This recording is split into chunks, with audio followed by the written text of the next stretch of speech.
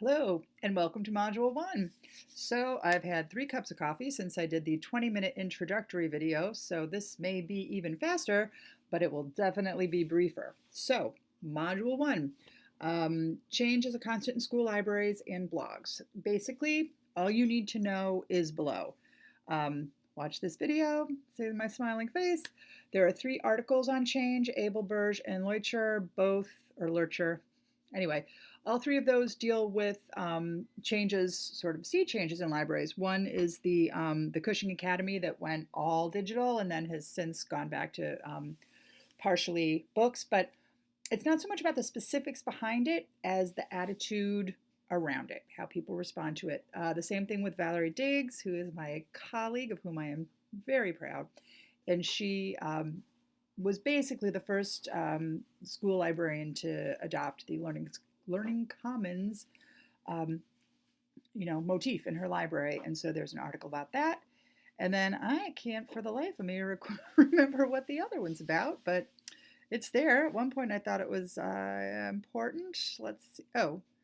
Oh, Lurcher. So Dave Lurcher, I've seen him speak a couple times. I don't know if he still is actually, but he wrote a really interesting article just about our attitude toward change. And he, takes a couple of, there's a little bit of specifics to it, but for the most part, it's again about the attitude of change. It's about the idea that, teachers get it, but with teachers, it's external. They're being told they have to do all these new things. With us, you can stagnate in this job. I do a lot of NEASC visits, and I see some librarians who are firmly stuck in 1986, and that's nowhere to live. So it's about the attitude behind change.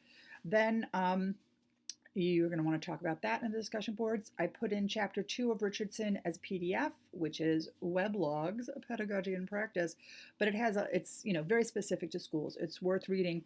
If if you're not familiar with blogs at all, I put chapter 3 there. If you've ever done a blog, read a blog, you may not need chapter 3. It's sort of specific to creation. Chapter 2, I think, still has value. Chapter 3, if you want to read it, feel free. But honestly, when you're setting up your blog, they will step you right through it, whatever format you go to. I kind of recommend Blogger because the Google Suite has so much to offer. You also may want to start a Google account that is specific to this course because you're going to be looking at a lot of tools and you're going to be signing up for a lot of things because almost all of what I show you is free, but they want your information and you're going to get a ton of spam.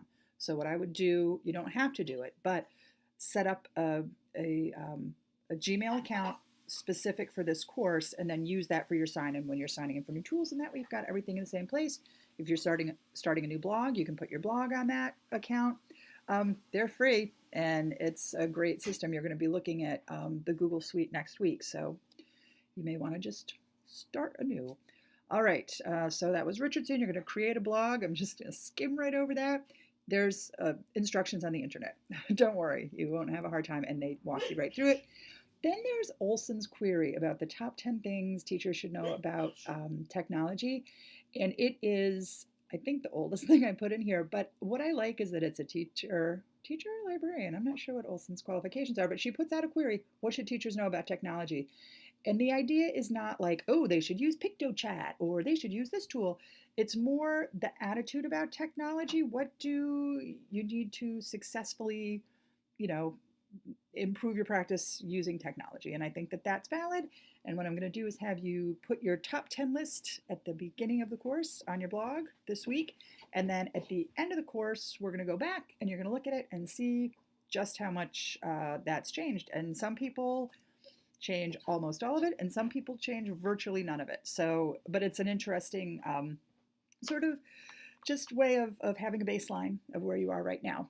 All right, that's it. The only thing that you're turning in, other than doing your discussion this week, is you're going to put up the URL for your blog.